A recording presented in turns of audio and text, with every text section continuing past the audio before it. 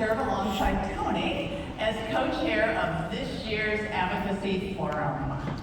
Let's give another round of applause to Snow Day. Were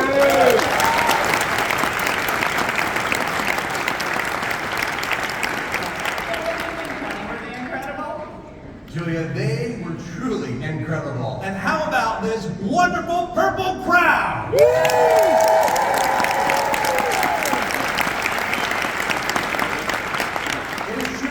Back with you again here in Washington, D.C. with all of you, my friends, tonight. Last year's forum was remarkable. From rallying at the White House for action to building bipartisan support for a new, comprehensive way of providing dementia care, we made an impact.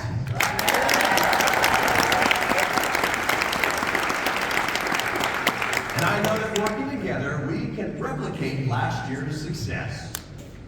I'm counting on it, Tony. I'm confident, looking at this crowd, that this group of inspiring, passionate, dedicated individuals are here to make a difference.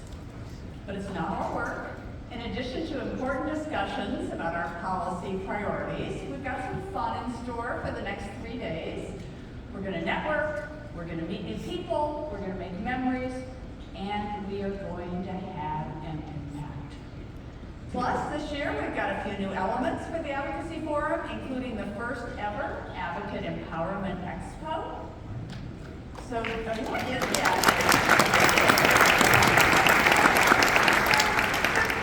looking forward to. Well, thank you, Julia. I am looking forward to catching up with some old friends, for sure, somewhere out in the audience. But I must say that Hill Day is a favorite of mine. Meeting with my members and their staff always leaves me feeling hopeful and with a sense of accomplishment that I've come here, told my story on behalf of myself, my family, my friends, and the next generation. So many of you are my friends, and we've been advocating together for a while, and you know my story. But for those of you who don't know, I want to take a brief moment to share with you why I'm here with you in Washington today.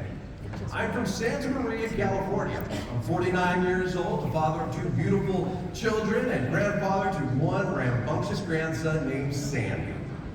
About 2 years ago, I was diagnosed with mild cognitive impairment. I noticed that things which I once prided myself on were increasingly becoming more and more difficult. Once a master multitasker, I was definitely struggling. This was happening at the same time we were preparing for my son's wedding.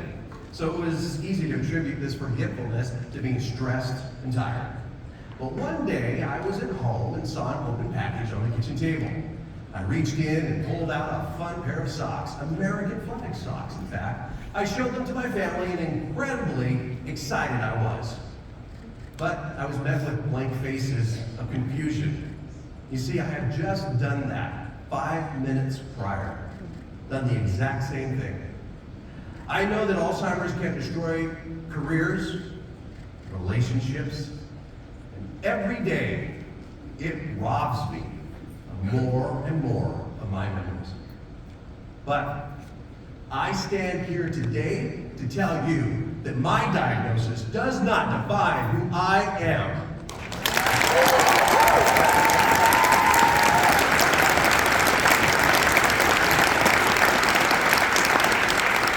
I truly am living my best life with MCI and using every opportunity to share my story as my way of fighting back.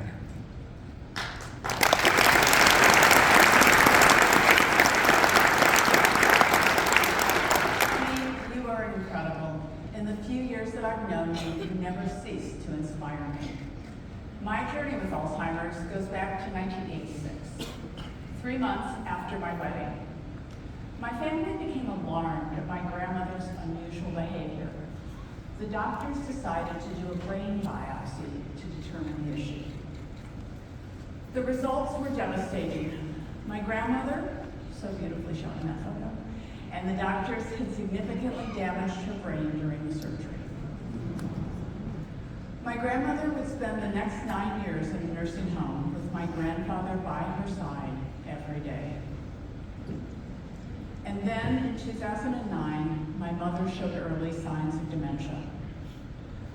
My parents visited one of the top hospitals in the Midwest, and they were told there was nothing that could be done. More than 20 years later, and nothing changed? How could that be? I'd seen the advances in cancer, AIDS, MS, so many diseases. Nothing for Alzheimer's.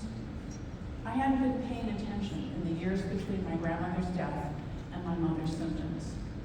I assumed things had changed. I assumed things had gotten better. So when I discovered 20 years later that they hadn't, I was shocked. And I was driven to act. Someone from the Alzheimer's Association encouraged me to attend the advocacy forum. And so now, exactly 10 years later, after taking up the mantle of advocacy, I know things have changed. I know things have gotten better. I know it because every one of you in this room, it is because of our collective advocacy that we are in this new era of treatment.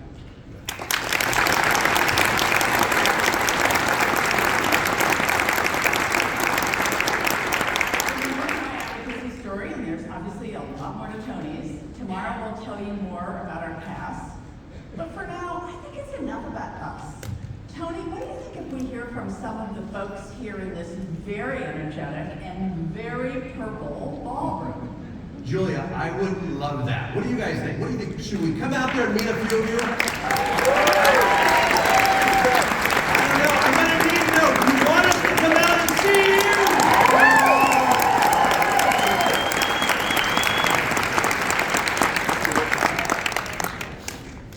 All right, Julia's going to make her way. I think you're first, right? I'm first. Here I go. Here we are. Hey! So stand on up. Tell us your name and where you're from. Hello, my name is Pamela Talley, and I'm from the great state of Maryland.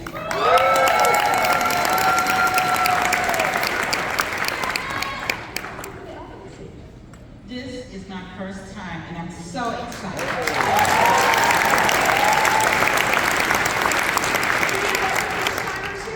We do. All right.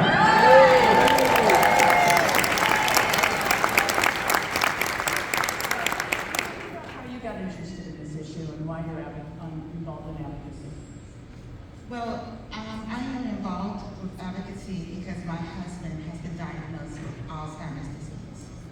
And I am just so inspired by how much has been done before we even joined this journey. And so I am just proud to stand next to each and every one of you to help move our priorities forward.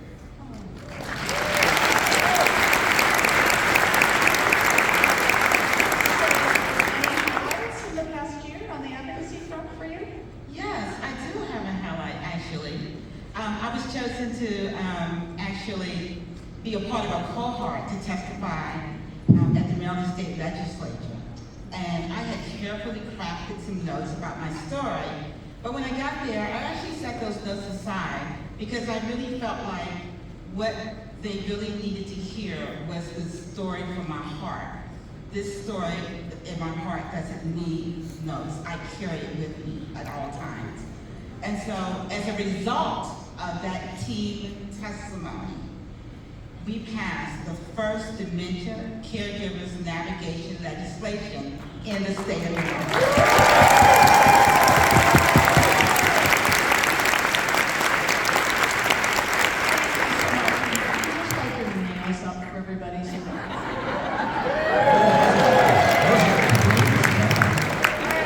Thank you, Pamela. All right, where are you going? Good to see you. How you doing? Julia, I am over here with a very good friend. This is John Mathis. Now, John Mathis, please tell everybody where you're from. I'm from the great state of Texas! I don't know if you're supposed to do that after he says Texas, but I think that's the right thing. John, how long have you been coming to Forum here in D.C.? This is my 10th year. Your what? 10th. Your 10 years! What inspired you to start? Well, my inspiration perhaps it comes from my grandfather, Frank Ashford. He was diagnosed back in the 80s, excuse me. Back then, people didn't know about Alzheimer's. They just said, he's senile. So we brought him home, and that experience of caregiving for my grandfather, who was my idol, my inspiration to do everything I've done in my life, forgot who I was. And that experience of going through the caregiving for him led me to inspire to help other families and other individuals that are affected by Alzheimer's. Because you see, Tony, I believe that we're going to find better treatments and a cure for Alzheimer's.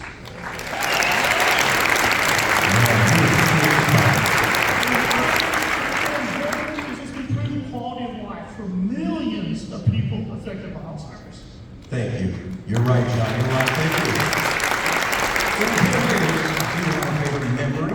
Well, I have to say last year's memory, like you spoke about, was our rally. And why that was so important is because we got the message out. And if you want an example of why we're here and what the impact of what we do is, when we left, CMS still hadn't agreed. But we continued to fight. And we finally got CMS to pay for the medication.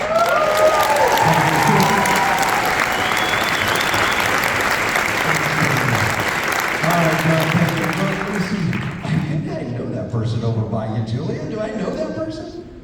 You know, you might know her, but I don't think everybody else does. You want to tell us who you are and where you're from? Well, your co-chair might know me because I'm his daughter. My name is Melina Gonzalez, and I am here representing the last best place, Montana.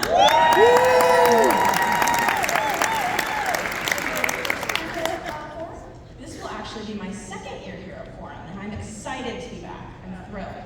So tell us about highlights of the past year in advocacy. Well, as a daughter, my personal highlight of the year was watching my father in front of the White House, pointing to that White House, asking for access.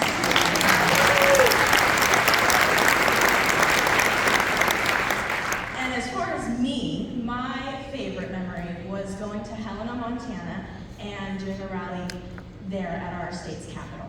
So that was my favorite.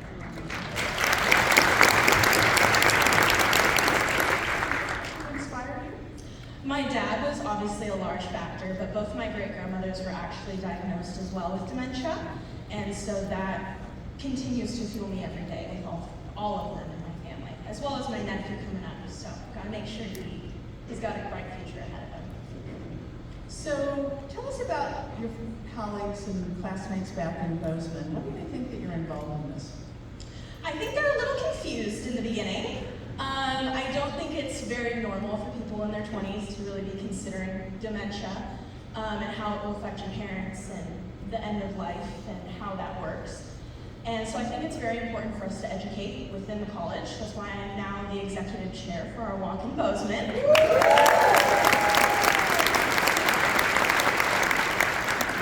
So I'm really excited to be pushing more for our age group, that it's not just our grandparents that are dealing with it, it's our parents, and eventually it will be us and our future children and the next generation. So I think it's very important that we highlight it even more. Thank you. Your dad's going to be so proud of you.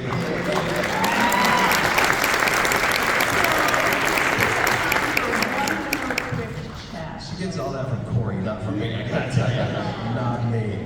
Yeah, I've got a very special friend with me who's here with me from Kentucky. Not only is she from Kentucky, this is her first time here.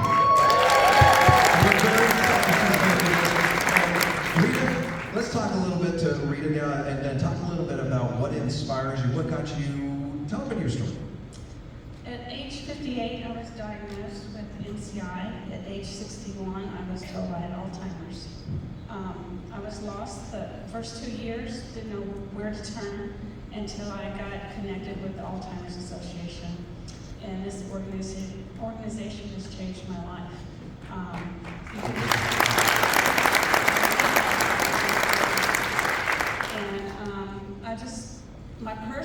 what my expectations are is to help other people who are living with this disease to have some hope.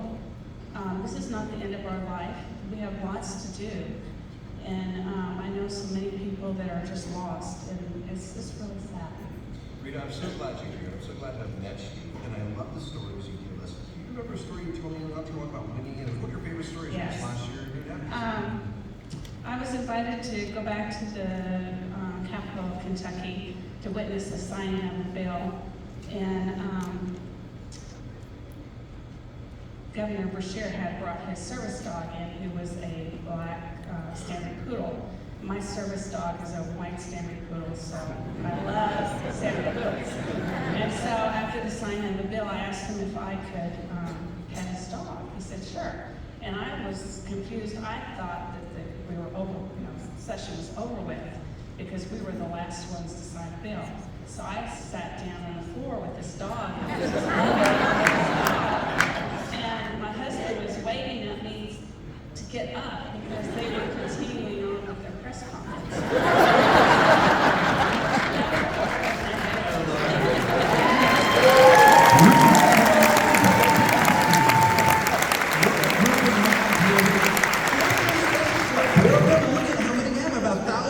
Here. This is great. It's amazing. And we have a few days so we get to hear more stories. But in the meantime, I think it's time